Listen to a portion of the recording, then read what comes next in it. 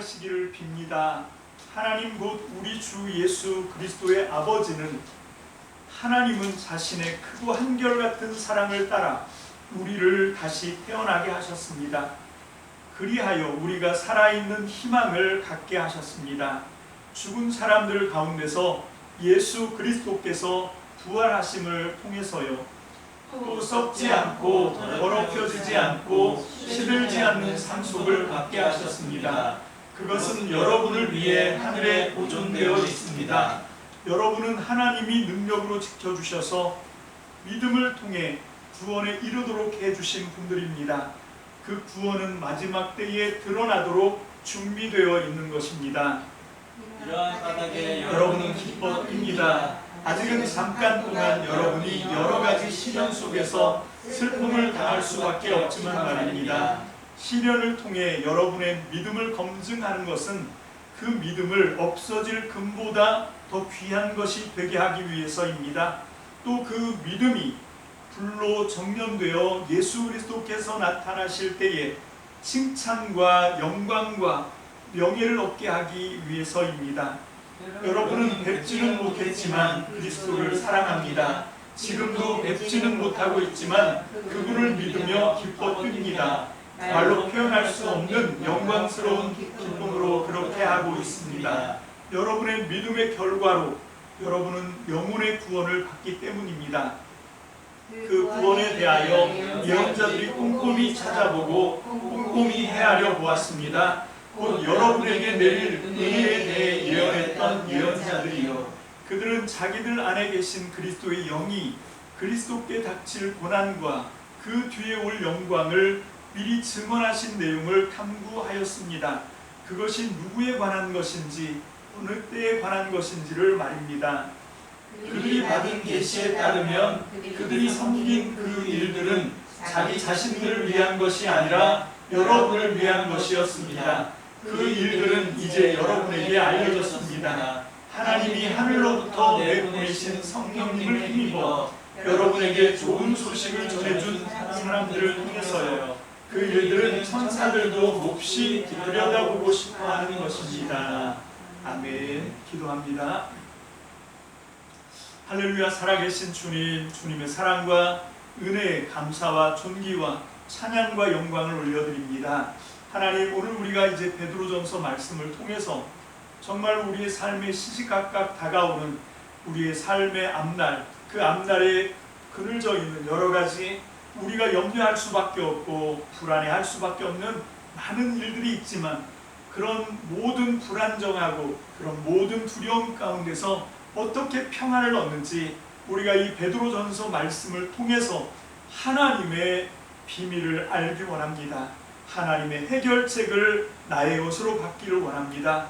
오늘 이 시간 하나님이 이 말씀이 그냥 일반적인 지식으로 머물지 않게 하시고 나에게 주시는 하나님의 생명의 위로가 되게 도와주시며 하나님이 나에게 주시는 하늘의 영광, 생명이 되게 하여 주옵소서. 전폭을 주의 말씀께 의지합니다. 성령님, 우리 가운데 교통하셔서 잘 박힌 모처럼 오늘 이 말씀이 살아 역사하도록 은총을 베풀어 주시옵소서. 전폭을 주의 말씀께 의지합니다. 감사드리고 예수님 이름으로 축복하며 기도합니다. 아멘. 할렐루야. 아멘. 자, 이제 본격적으로 이 베드로전서 말씀을 우리가 함께 나누기를 원합니다. 오늘 이 이제 본문으로 들어서는데 1, 2절은 그냥 인사 말이죠. 처음 그 이 편지를 쓸 때 갖는 격식, 누가 편지를 쓰는지 발신자를 소개하고 누구에게 편지를 쓰는지 그 편지 받는 수신자들, 그게 본도, 갑바도기아, 비두니아, 갈라디아, 그리고 속주 아시아, 이렇게 5개 그 로마 지경으로 이렇게 분할되어 있는 그 5개 지형을 얘기하고 있는데, 그게 어디냐?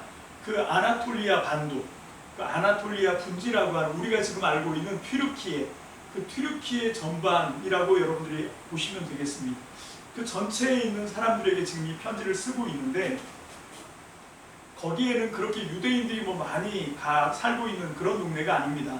베드로는 유대인이고 이 유대인에게는 어쩔 수 없는 그 민족적인 한계가 있어요. 베드로가 그걸 잘 드러낸 게 여러분들 혹시 기억이 되실지 모르겠는데 사도행전 10장에 보면 이 그 베드로에게 갑자기 하늘에서 소리가 들려오지요. 잡아먹어라. 그러면서 판상이 확 열리는데 내 귀퉁이 이렇게 붙들려 있는 보자기에 짐승들이 하늘에서 이렇게 달아서 이렇게 내려오는데, 그런데 거기 있는 짐승들이 한결같이 레위기 11장에 있는 먹으면 안 되는 부정한 음식, 이 짐승들이 가득한 거예요. 그런데 그걸 먹어라 이제 이렇게 얘기를 하니까 베드로가 대번 반응을 하지요. 이거 부정한 음식입니다. 레위기 11장에 먹으면 안 된다고 금지한 그런 명령이 있는 그런 이 음식이기 때문에 내가 먹을 수 없습니다 하고 거절을 합니다. 그런데 그런 똑같은 현상이 3번을 반복합니다.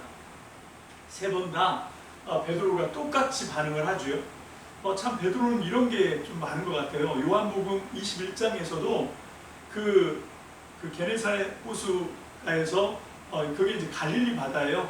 거기서 이제 고기를 잡는데 밤새 그물을 내렸어도 한 마리도 못 잡아요. 그리고 이제 막 피곤하고 지치고 있는데 갑자기 이제 새벽 여명이 이제 새벽이 동토오는데 그때가 제일 깜깜하거든요. 이게 언제가 제일 깜깜하냐면 새벽 동트기 직전이라고 그러잖아요. 이제 해가 떠오르려고 하면 이제 저쪽에서 동쪽에서부터 붉은 기운이 나고 이럴 때 얘기하는 게 아니라 아예 그런 게 없는 정말 가장 깜깜한 그 새벽 시간에 갑자기 그 해변가에서 누가 숯불을 피고 거기에 이제 떡을 굽고 그러면서 누가 있다가 소리를 치죠. 깊은 데로 가서 그물을 내려라. 그런데 이렇게 보니까 그게 예수님이.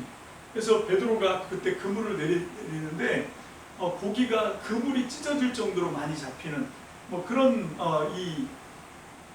그 경험을 베드로가 하지요. 그러고 나서 나와서 이제 예수님을 뵙고, 그리고 예수님이 잡은 고기를 갖고 구워서 떡과 물고기로 아침 조반을 먹입니다. 그리고 난 다음에 베드로에게 따로 베드로에게는 특별히 예수님이 3번을 물어보시죠.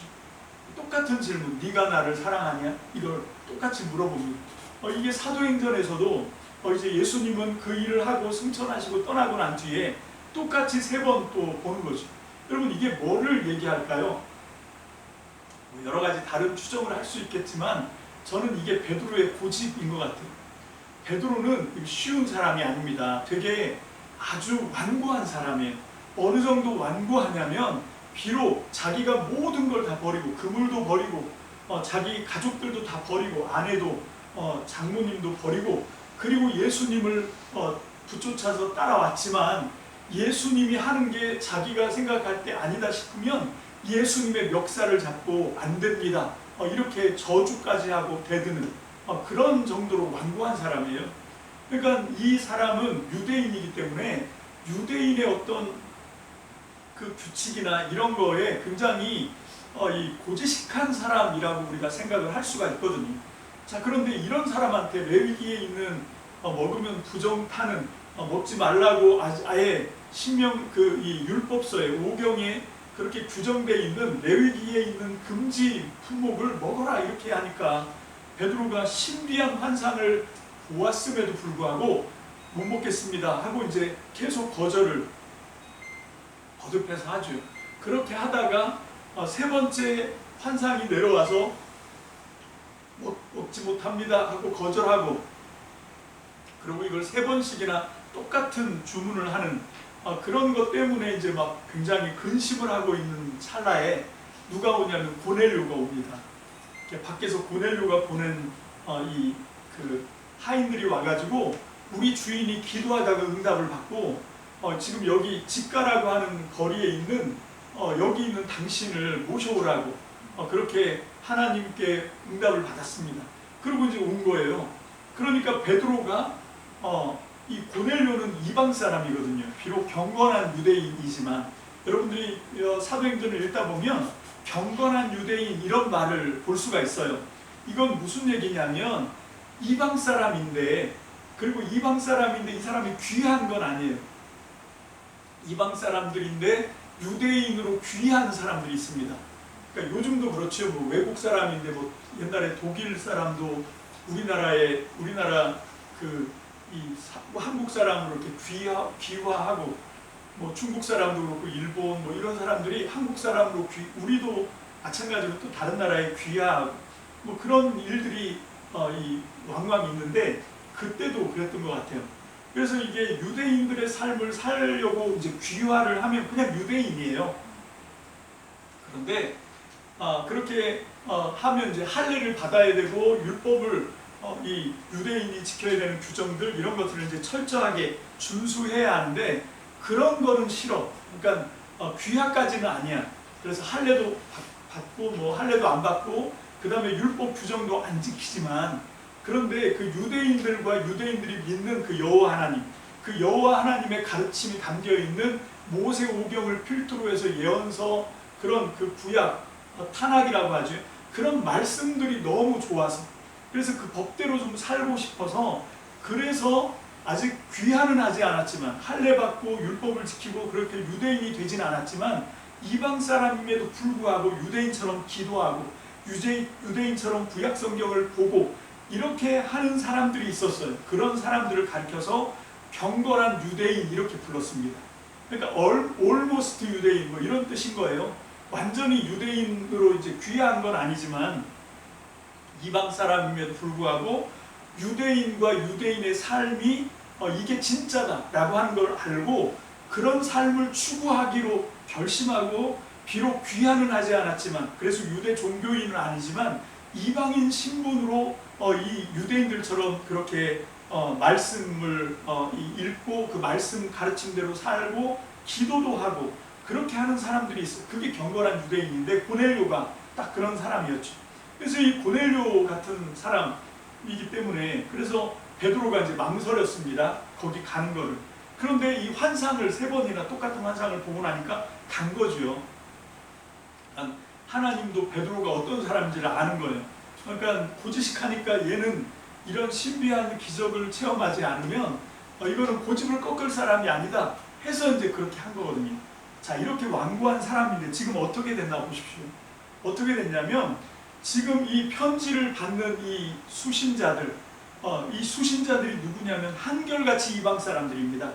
근데 그 이방 사람들을 2장 9절 10절에 가서 보면 뭐라고 그러냐면 너희는 하나님 나라의 선택받은 백성이고 왕같은 제사장이다 이렇게 얘기해버립니다. 유대인이 아닌데. 여러분 그렇게 얘기하면서 여러분 이 베드로 전서 전체가 이방 기독교인임에도 불구하고 이제 너희들은 새로운 하나님 나라 백성이다. 하나님의 선택받은 사람이다. 너희가 이제 진짜 유대인이다. 이렇게 지금 얘기하는 굉장히 파격적인.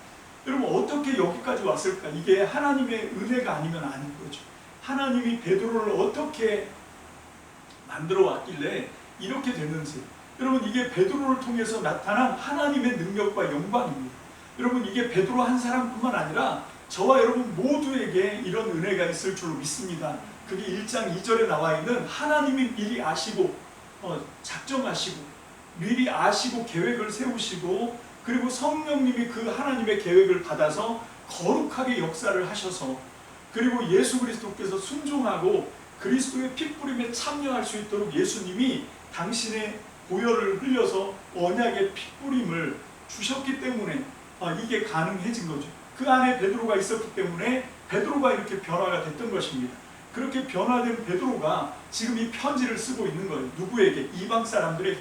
자, 이게 이제 1장 1절로 2절에 나와 있는 축복 기도와 그리고 인사 말, 그러니까 누가 누구에게 편지를 쓰는지 이런 것들을 정보를 담고 있는 이게 이제 1장 1절과 2절인데, 근데 이 베드로의 첫 인사와 축복 기도에는 좀 특별한 범상치 않은 아주 특별한 그게 담겨 있죠. 그게 뭔가 하면 두 가지 단어인데 하나는 뭐냐면 흩어진 나그네, 흩어진 체류자 이런 말이고, 또 한 말은 뭐냐면 택함 받은 하나님께 택함을 받은 사람, 너희가 바로 이 하나님의 선택받은 사람이다 라고 하는, 선택받은 자라고 하는 그런 두 가지 단어가 특별합니다.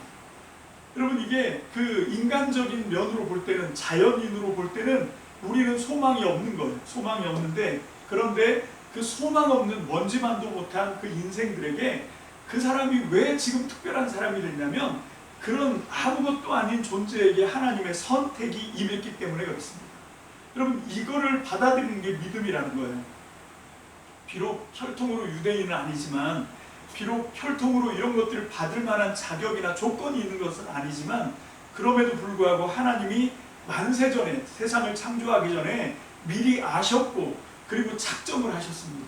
그리고 그 하나님의 아시고 작정하신 그 하나님의 뜻을 성령님이 받아들여서 성령께서 그때부터 지금까지 쉬지 않고 역사하셨기 때문에, 그리고 그것들이 법적으로 가능하게 하기 위해서 예수님이 2000년 전에 합법적으로 당신의 몸을 찢고 흘리신 보혈로 피 뿌려 주셨기 때문에, 그래서 우리가 그 예수님의 피 뿌리심과 하나님의 미리 하시고 작정하심과 성령님이 거룩하게 역사하심을 통하여 우리가 하나님께 선택받은 자들이 된 줄로 믿습니다.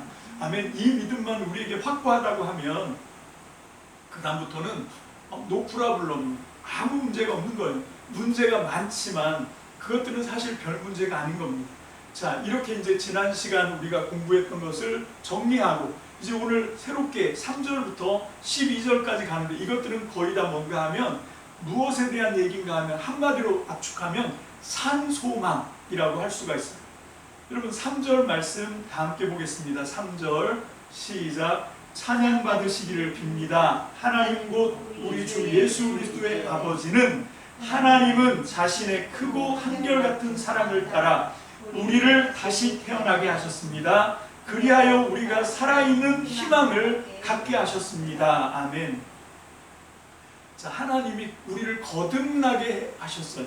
여러분, 이 거듭났다라고 하는 말, 예수 믿으면 우리는 거듭난 존재가 됩니다. 여러분, 육신으로 저 같은 경우는 한 60년 전에 우리 어머니 모태에서 육신으로 이 세상의 생명으로 한번 태어났지만 그걸로 끝이 아니에요.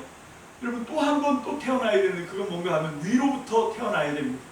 여러분, 우리가 흙이기 때문에 이 땅에 어떤 것들로, 땅에 있는 것들로 그렇게 해서 우리가 세상에서 생명을 얻는 거죠. 그건 이 아래에서 있는 일입니다.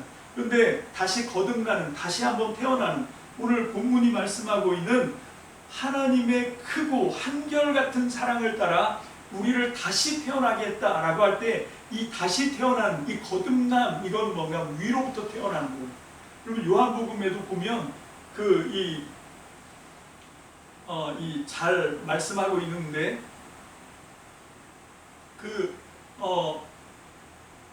위로부터 태어난다라고 하는 이게 뭔가 하면 성령을 통하여 이렇게 되는 거죠. 자, 그런데 이게 거듭났다, 다시 태어났다라고 하는 걸 한마디로 얘기하면 그건 뭔가 하면 살아있는 희망을 갖는 거예요. 자, 여기 이렇게 되어 있습니다. 하나님은 자신의 크고 한결같은 사랑을 따라 우리를 다시 태어나게 하셨습니다. 그리하여 우리가 살아있는 희망을 갖게 하셨습니다. 여러분, 지금 이 3절부터 12절까지는 베드로가 뭘 얘기하고자 하냐면 산소망에 대해서 얘기하려고 해요. 여러분, 이 산소망이라고 하는 이게 이 개역개정의 번역인데, 개역개정에 있는 그 번역을 그 원어에 맞추어서 여기서는 뭐라고 번역했냐면 살아있는 희망이라고 얘기합니다. 자, 이게 무슨 뜻일까요? 산소망, 살아있는 희망. 자, 이게 무슨 얘기인가 하면 이건 계속해서 흘러가는 거예요. 계속해서. 여러분, 살아있다라고 하는 말이 리빙인데, 여러분, 어제는 우리가 소망을 가졌어. 어제는 우리가 뭔가를 기대를 해.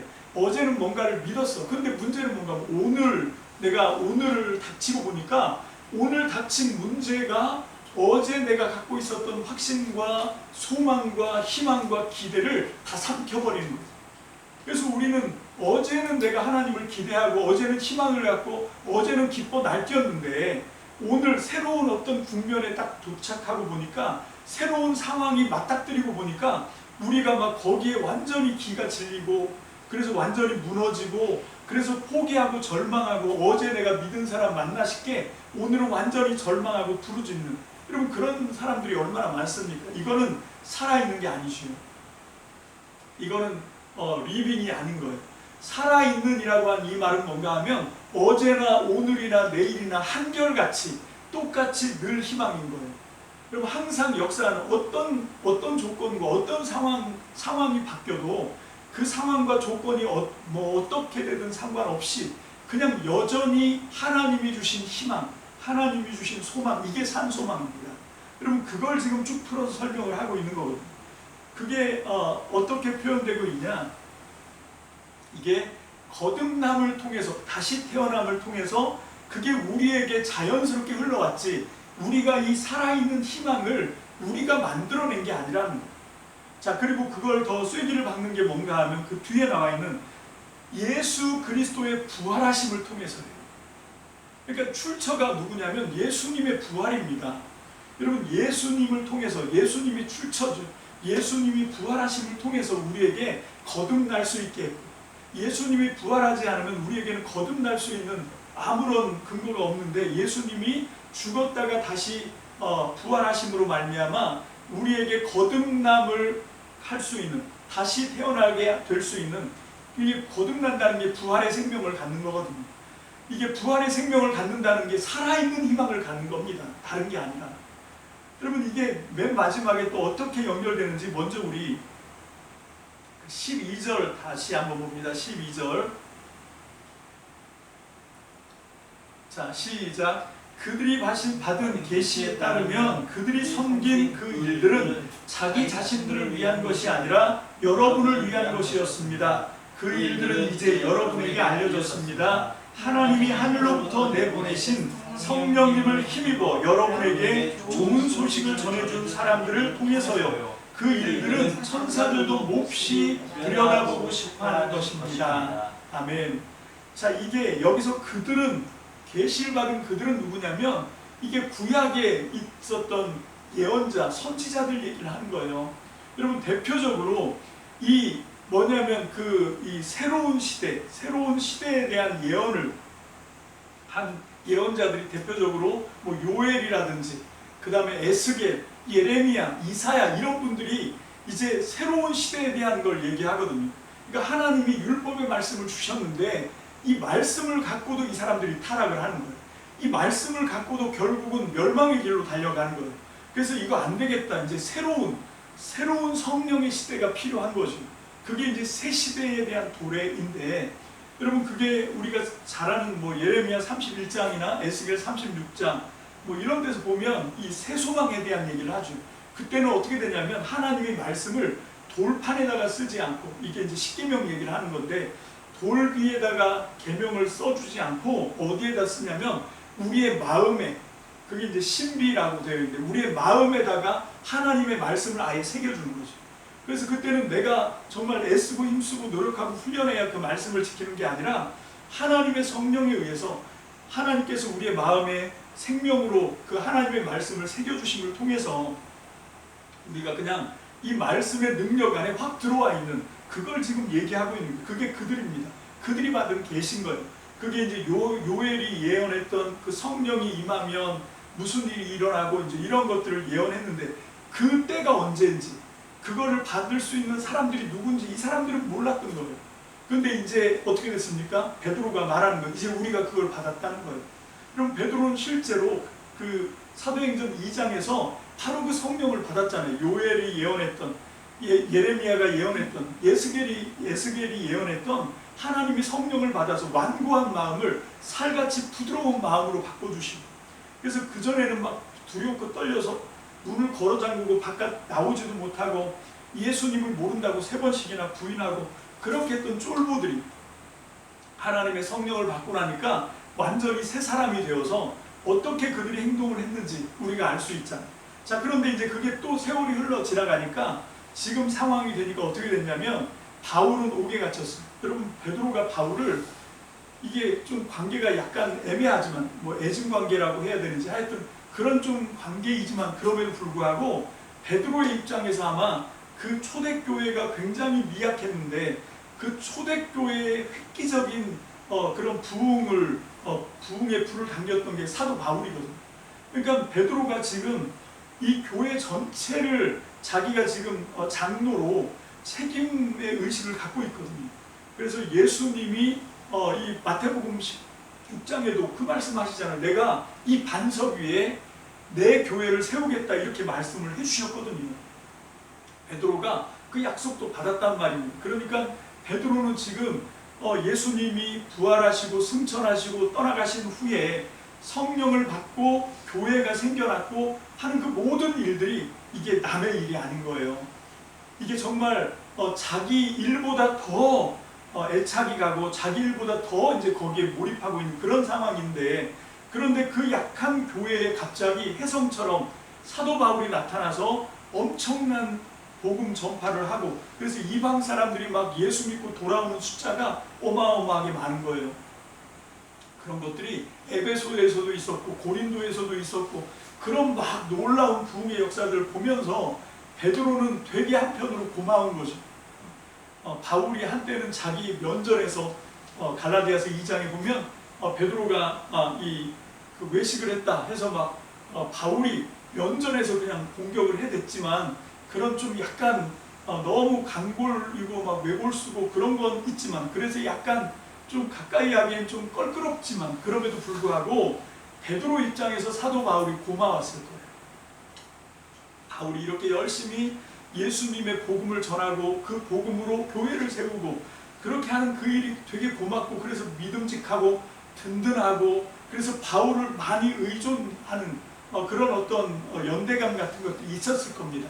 그랬던 바울이 58년도에 예루살렘에 올라갔다가 사로잡혔어요. 그리고 거기서 2년 감금을 가이사랴에서 당하고 있다가 이제 다시 네로에게 재판을 받기 위해서 이제 그 죄수의 몸으로 결박을 당한 채 로마로 압송돼 와서 로마에서 자기 돈으로 전셋집을 내고 거기서 또 2년 동안 이 가택연금을 당하고 있는 상황이죠. 그러니까 믿었던 바울이 지금 이 손발이 묶여버린 그거를 지금 보고 있는 거예요. 그런데 거기다가 설상가상 또 자기가 믿었던 게 누구냐면, 유대교에서 평판이 좋은, 유대교에서 신망이 두터운 그런 예수님의 친동생 야고보, 우리가 성경에 신약성경에 야고보서를 쓴 바로 그 야고보가 이 믿음직했단 말이에요. 그래서 베드로가 자기가 이 헤롯 왕에게 지명수배를 당하고 죽을 뻔하다가 세베대의 아들 야고보는 죽임을 당했지만 자기는 부사일생으로 천사의 도움으로 옥에서 탈출하는 그런 기적을 체험하죠. 그리고 나서 그 뒤부터는 이제 지명수배 몸이니까 자기가 교회 수장으로 예루살렘에서 감독 노릇을 할 수가 없는 거예요. 그래서 도망쳐야 되는데 그때 베드로가 그 무거운 사명의 짐을 누구에게 옮겨주냐면 바로 이 예수님의 친동생 야고보에게 이 자기가 짊어지고 있었던 짐을 맡겼단 말입니다. 그만큼 야고보는 베드로가 믿을 수 있는 동지였어요. 그런데 그 야고보가 성전에 기도하러 올라갔다가 유대인 폭도들에 의해서 몽둥이로 맞아서 죽게 됩니다. 그게 61년에 있었던 일이에요.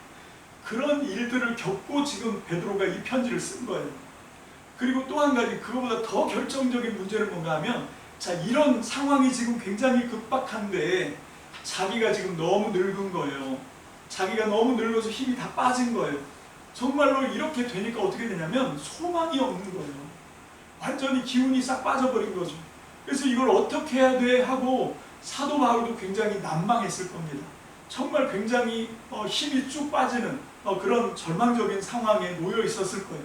그럴 때 다시 한번 예수님이 찾아오신 거죠.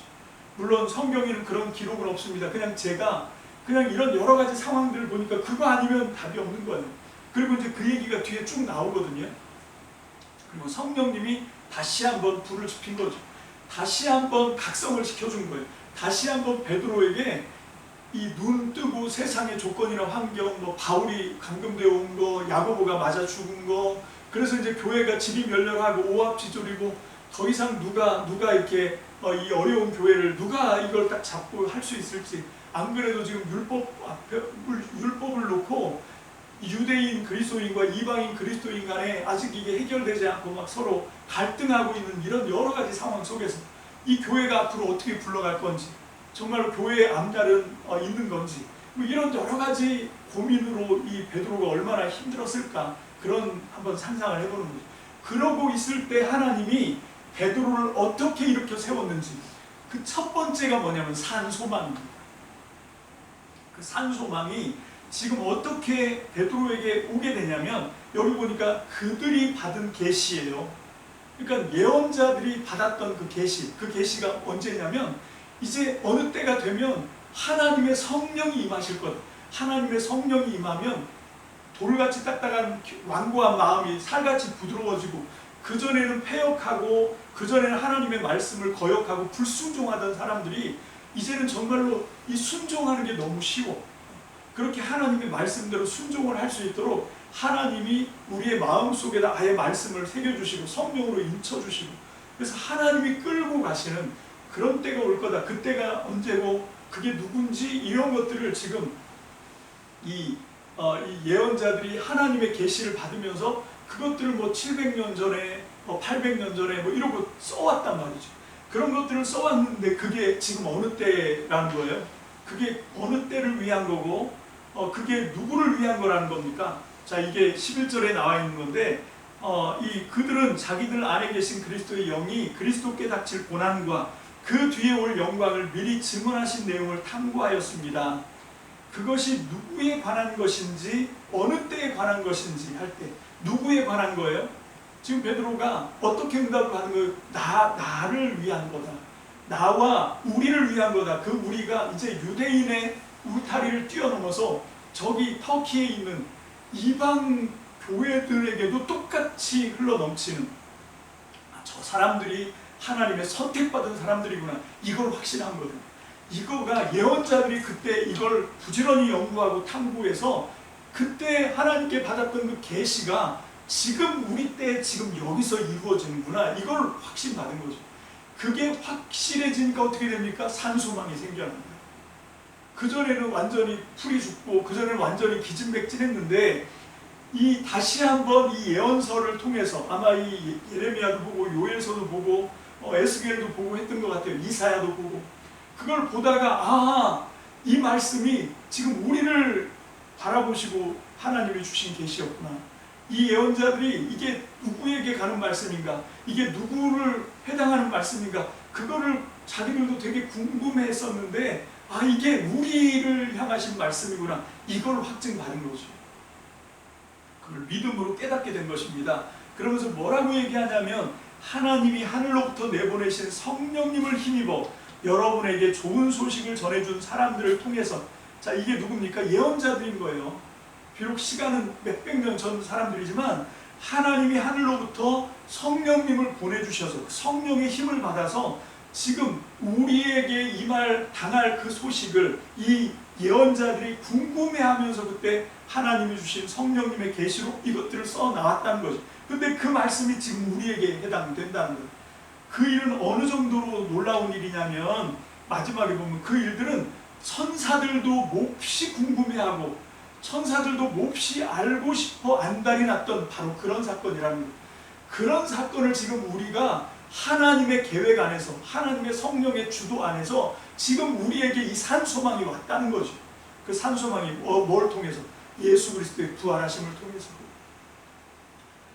여러분, 이건 이제 나중에 우리가 볼 거지만 그 2장에 가면 사실 2장 1절부터 10절까지가 이 베드로전서의 가장 핵심입니다. 그게 뭘 얘기하고 있냐면요, 그 2장 1절부터 2장 10절까지 거기에 보면 너희는 하나님의 백성, 하나님의 택하신 족속이고 왕같은 제사장이고 하나님 나라 백성이다 라고 하는 그런 말씀이 9절 10절에 나오고, 그런데 그 앞에 있는 말씀이 뭘 얘기하고 있냐면 반석을 갑자기 얘기해요. 누가 반석이에요? 누가 반석이지? 여러분, 페트라, 베드로라고 한 그 이름 뜻이 이게 바위, 반석이란 뜻이에요. 예수님을 만났을 때 이 사람의 이름은 뭐였냐면 시몬이었어요. 시몬. 근데 예수님이 이 시몬을 만나자마자, 안드레 형 시몬을 만나자마자 이름부터 바꿔버리죠. 너를 더 이상 시몬이라고 하지 말고 너는 이제 뭐다? 반석이다. 이렇게 말씀하신 거예요. 그래서 자기 이름이 이제 반석, 베드로가 된 거예요. 반석이 된 거예요. 근데 베드로가 다시 이번 상황을 통해서 바울이 잡히고 이 야고보가 죽고 자기는 늙고 힘이 빠졌고 아무것도 할 수 없고 기력이 쇠하고 이런 상황 속에서 다시 한번 그 성부 성자 성령님을 통해서 또 이 예언자들에게 주셨던 그 계시의 말씀을 통해서 다시 한번 그 리바이벌, 부흥이 일어나고 각성이 일어나고 다시 한번 하나님 앞에서 믿음으로 재충전하면서 딱 발견한 게 뭐냐면 내가 반석이 아니구나. 여러분. 진짜 반석은 누구냐면 예수님이 반석이구나. 이걸 발견한 거예요. 아, 예수님이 반석이구나. 그 예수님을 통해서 우리가 산소망을 얻고 거듭나고 우리가 이 어려운 상황에서도 오히려 더 크게 기뻐하고 오히려 이 산소망을 세계 만방 모든 이방 모든 족속들에게도 이 생명의 복음을 전할 수 있게 되는 거구나. 이게 산소망입니다. 여러분 사실 이 베드로는 반석이었는데 이 마태복음 16장 16절에 보면 예수님이 확 돌아서면서 베드로를 꾸짖죠. 이게 참 신기합니다. 이 그림을 그려보면 베드로가 먼저 예수님의 멱살을 잡았거든요. 그럼 베드로는 지금 어디 있습니까? 예수님 얼굴 앞에 있어요. 베드로가 예수님의 멱살을 잡으면서 예수님 이거 미친 짓입니다. 예수님이 죽다니요. 예수님이 십자가를 지고 죽다니요. 이렇게 말도 안 되는 얘기 하지 마십시오. 하면서 막 꾸짖어요. 그랬더니 예수님이 확 몸을 돌려. 자, 그러면 베드로는 지금 어디 있게 됩니까? 예수님의 뒤로 있게 되는 거죠. 예수님이 베드로가 앞에서 이렇게 예수님을 이렇게 하고 있는데 예수님이 몸을 확 돌려버린 거예요. 이렇게 돌아서서 그럼 누구는 등지고 베드로는 등지고 앞에는 누가 있습니까? 다른 제자들이 있는 거예요. 그 다른 제자들을 보면서 베드로에게 뭐라 그러냐면 사탄아 내 뒤로 물러가라. 이렇게 지금 이제 뒤에 있는 것이 예수님은 말만 그렇게 하신 게 아니라 몸으로도 이제 확 뒤로 확 보내버린 거예요. 그러니까 베드로가 얼마나 충격을 받았겠습니까? 그러면서 지금 베드로는 이름이 뭐라고요? 반석이잖아요. 그런데 예수님이 그 뒤에 딱 하신 말씀이 너는 나를 걸려 넘어지게 하는 자다. 돌은 돌인데 걸림돌이다 이 말씀을 하십니다. 그러면 그 걸림돌이다 이거를 베드로가 그때 이제 예수님을 통해서 깨닫고 그것도 잘 몰랐죠. 예수님이 죽고 부활하시고 네가 나를 사랑하느냐 하면서 이제 이게 처리가 되는 거거든요. 처리가 되다가 보니까 베드로가 보니까 자기가 예수님에게 반석이라고 불리고 자기도 우쭐했지요. 그래서 내가 교회구나. 내가 나 같은 사람 위해서 교회가 세워지는구나. 뭐 이렇게 우쭐하고 교만을 했었는데 베드로전서에 보면 이게 모든 게 다 이제 깨진 거예요. 베드로가 뭐라 그러냐면 반석은 내가 아니야. 누가 반석이에요? 예수 그리스도가 반석이에요. 예수 그리스도 반석 위에 내가 든든하게 서면 어떤 조건 어떤 상황에 떨어져도 나는 하나님의 구원을 믿고 그 절망 속에서도 산 소망을 붙드는 거예요. 여러분 오늘 시간 저와 여러분들 정말로 이 말씀 앞에서 다른 걸 우리가 얼마나 많은 지식을 갖고 이게 중요한 게 아니에요. 중요한 건 뭐냐면 지금 나에게 산 소망이 있냐 하는 거예요. 예수 그리스도가 부활하심으로 내가 거듭났고 그래서 내가 거듭남으로 산 소망, 살아있는 소망 이건 어마어마한 겁니다. 내가 어떤 상황에 던져져도 거기서도 나는 오직 소망만을 선택할 수밖에 없어요. 절망 그건 내 사전에 없는 거예요. 여러분 포기 그건 나한테는 불가능한 거예요. 왜? 예수 그리스도가 나의 구주와 주님이 되셨고 그분이 부활하신 나의 주님이 되셨기 때문에 여러분 정말 이 믿음이 있으면 그래서 내가 그 반석 위에 내가 세워진 거예요. 그 예수님을 나의 머리로 모시고 내가 그분의 지체가 된 거예요. 여러분 나는 이제 주님의 것이에요. 주님이 나의 모든 것입니다. 여러분 내가 뭘 결정하고 내가 뭘 선택하는 게 아니라 주님이 우리의 머리가 되셨어요. 여러분 그럼 우리는 산소망밖에 없어요. 어떤 상황에 우리를 던져놔도 거기서 우리는 계속해서 희망을 길어 올리는 거죠. 희망을 퍼뜨리는 겁니다. 살아있는 소망을 흘려보내는 거예요. 여러분 이게 1장 3절부터 12절까지 말씀을 통해서 우리에게 가르쳐주고 있는 얘기예요. 다른 걸 하는 게 아닙니다. 여러분 여기에 보면 무슨 얘기가 나오냐면 그림으로 이제 금 있잖아요. 금, 정금이라고 하는 이거 정금, 말은 정금이지만 완벽한 정금은 없지요. 그래서 금의 순도를 99.99 이렇게 하잖아요. 그러니까 0.001은 불순물이 있다는 거죠. 그럼 이 99.99라고 하는 정금을 만들기 위해서도 뭐가 필요하냐면 불이 필요한 거죠. 그래서 이 풀무불을 활활 뜨겁게 해서 불순물들을 다 녹여서 빼내야 그래야 정금이 되는 것처럼 믿음이라고 하는 것도 뭐냐면 지금 우리가 당면한 이 환난, 우리가 당면한 이 환경, 이 역경, 우리가 이제 닥쳐오게 될 우리 앞에 있는 박해와 시련, 이런 것들은 뭐냐면 이 믿음을 정결하게 하기 위한 풀무불인 거예요. 이게 우리를 산소망에서 끊어서 절망으로 떨어지게 하는, 우리를 실패의 나락으로 떨어지게 만드는 그런 조건이 아니라 우리가 예수 그리스도에게 붙들려 있다고 한다면, 그분의 부활하심이 우리의 믿음의 반석이 되었다고 한다면, 그래서 우리가 거듭났다고 한다면 세상에서 당하는 모든 시련, 모든 역경은, 불같은 시험은 다 뭐냐면 나의 믿음을 순전하게 만드는, 그래서 그리스도가 나타나실 때에 칭찬과 영광과 명예를 얻을 수 있도록 만드는 그런 것이라는 거예요. 여러분, 그러니까 고난이 축복입니다. 여러분, 지금 이 베드로전서 3절로부터 12절까지 이 얘기를 하고 있는 거예요. 지금 여러 가지 상황으로 좀 암담합니다. 특히 이 이방 신도들의 입장에서 보면 윗대가리들은 지금 막 4분 5열 됐어요. 누구는 죽고, 누구는 끌려가고, 누구는 감금돼 있고, 베드로는 보니까 다 늙었고 이제 언제 갈지 모르고 뭐 이런 상황이 된 거예요. 자, 그런데 이제 막 복음을 받아들인 이방 신도들, 그게 바로 이 튀르키예, 거기 있는 본도, 갑바도기아, 비투니아, 갈라디아, 속주 아시아, 여기 있는 사람들이에요. 지금 이 사람들이 이렇게 하고 있는데 그 사람들을 향해서 무슨 얘기를 하냐면 산소망 얘기를 하는 거예요. 너희들의 소망이 도대체 뭐냐? 너희들의 소망이 어떤 확고부동한 아주 믿음직한 리더십이냐? 너희들의 소망이 잘 조직된 어떤 교회냐? 어떤 교회 건물이고 거기서 드려지는 어떤 화려한 예배고 거기서 굉장히 신령해 보이는 어떤 그런 찬양과 기도와 뭐 그런 예배냐? 그런 걸 믿냐? 그거 아니라는 거예요. 그거 아니고 시련과 역경 속에서도 꺼지지 않는 하나님 안에서 예수 그리스도의 부활하심을 통해서, 우리의 거듭남을 통해서 우리에게 주어진 뭐요? 산소망이라는 거죠. 이거는 예언자들이 하나님이 내려보내 주신 성령님을 통해서 그 계시를 받고 굉장히 궁금해하던, 도대체 이게 어느 때 누구에게 이게 이루어질 건지 되게 궁금해했던 그거 그리고 천사들까지도 보고 싶어했던 바로 그것이 지금 우리 시대에 우리에게 이게 이루어진 거예요. 그게 우리의 산소망입니다. 그러니까 우리는 더 이상 어떤 역경과 어떤 위험 앞에서 무서워서 소망을 포기하는 그런 것이 아니라 이걸 통해서 어떻게 우리가 더 정결해질 수 있을까? 우리의 믿음이 어떻게 더 순전해져서 하나님께 칭찬과 영광과 명예를 돌려드릴 수 있을까?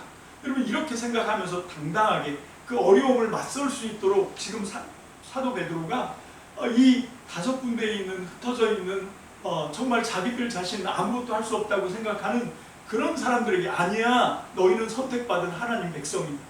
너희는 하나님의 왕같은 제사장이야. 너희는 하나님 나라 백성이고 하나님의 소유야. 이렇게 말하는 거예요.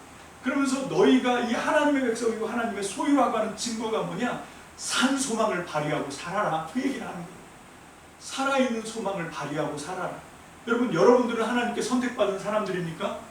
그러면 다시 묻습니다. 여러분들은 산 소망이 역사하고 있습니까?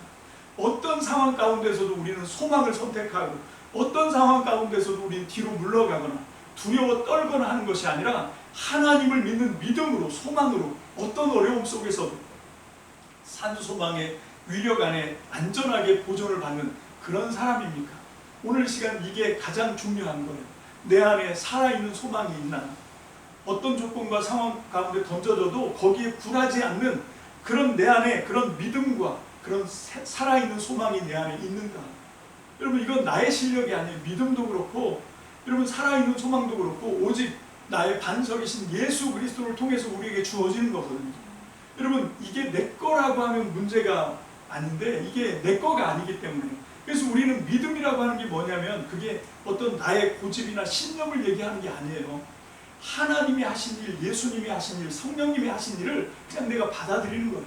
여러분, 오늘 여기 있는 약속의 말씀처럼 이게 예언자들이 성령님을 통해서 계시를 받고 궁금해하고 천사들도 막 부러워하고 들여다보고 싶어하고 했던 그 일이 지금 우리에게 주어진 거잖아요. 예수님이 십자가에서 우리를 대신해서 죽으셨고 부활하셨고 그로 말미암아 우리가 거듭나게 되었고 그 거듭난 자로서 당연하게 이 산소망이 우리 안에 들어와 있는데, 여러분 이 살아있는 소망으로 어떤 역경과 어떤 어려움을 만나도 그냥 늘 하나님을 바라보면서 하나님이 우리에게 흘려 보내주시는 그 살아있는 소망으로, 살아있는 희망으로 세상을 변화시켜 나가는 하나님 나라 백성이 되시기를 주님의 이름으로 축복합니다. 아멘. 여러분 이사야가 그걸 노래하잖아요. 사막에 샘이 넘쳐 흐르리라. 여러분 이건 불가능한 얘기입니다. 근데 바로 이걸 바라보니까 이 산소망을 보니까 이사야가 그 노래를 한 거예요. 사막에서는 도저히 생수가 솟아나올 수 없지만 바로 이 예수 그리스도의 죽으심과 부활을 통해서 그 안에 약속을 받은 하나님의 것이 된, 소유가 된, 그래서 거듭난 하나님의 백성들이 있으면 사막을 옥토로 바꾸는, 사막을 낙원으로 바꾸는 그런 기적, 이게 우리에게 주어진 산소망의 위력입니다. 여러분 과연 우리에게는 이 산소망이 있는가? 오늘 이 말씀을 받으면서 우리 자신을 좀 보면서 내 안에 산소망이 있는가? 산소망이 없다고 하면 그것이 가로막혀 있는 이유가 있을 거예요. 믿음의 문제든지 아니면 뭐 나의 어떤 이 기대가, 연약함이 하나님의 말씀을 붙잡지 못하고 어떤 나의 주변에 있는 조건이나 환경이나 물질이나 이런 걸 의존하든지, 우리는 다른 것을 믿고 붙들어야 돼요. 그래야 우리에게 하나님이 약속하신 그 모든 약속이 실제가 되어서 우리에게 흘러들어올 줄로 믿습니다. 아멘. 그래서 우리가 그런 불순물들이 있다고 하면 하나님이 이번 역경을 통해서, 이번 어려운 고비를 통해서, 이번 시련을 통해서 하나님이 그 산소망이 발휘하고 역사하지 못하도록 만들었던 모든 불순물, 모든 불신앙, 모든 불순종, 모든 완고함, 모든 인색함, 이런 불순물들을 말끔히 태워 사라지게 하실 줄 믿습니다. 아멘. 그래서 정말 정국 같은 믿음으로, 순종하는 믿음으로 하나님의 영광을 따라 우리가 어떤 상황에서도 순종함으로, 그리고 산소망으로 세상 사람들을 새롭게 벌떡벌떡 이렇게 변화시키는 그런 저와 여러분들이 되시기를 주님의 이름으로 축복합니다. 축복합니다. 기도합시다. 할렐루야. 주님 감사합니다. 오늘 말씀을 통해서 우리에게 산소망을 약속하셨습니다. 하나님, 이 약속의 말씀이 정말 우리 안에 그대로 잘 역사하고 있는지 하나님, 우리 자신을 하나님 우리가 돌아보게 하여 주옵소서. 우리 안에 이런 산소망이 위력으로 역사하지 않는다고 하면 그것이 과연 무엇 때문인지, 어떤 것이 막혀서인지 하나님, 하나님과의 관계를 가로막고 있는, 그래서 불순종하게 만드는, 그래서 신앙하지 못하게 불신앙하게 만드는, 그래서 하나님 산소망이 아니라 날마다 절망하고 낭망하고 원망하고 불평하는 하나님 그런 모습이라고 한다면 오늘 이 시간 우리 안에 있는 문제거리들이 하나님 성령의 불로 녹아지기를 원합니다. 오늘 이 시간 이 약속의 말씀이 우리 안에 그대로 역사하고 그대로 나타나게 주님 소망하는, 간절히 사모하는 모든 성도들에게 그대로 이루어지는 응답의 역사가 있어지게 주님 축복해 주시옵소서. 감사를 드립니다. 예수님의 이름으로 감사하며 축복하며 기도합니다. 아멘.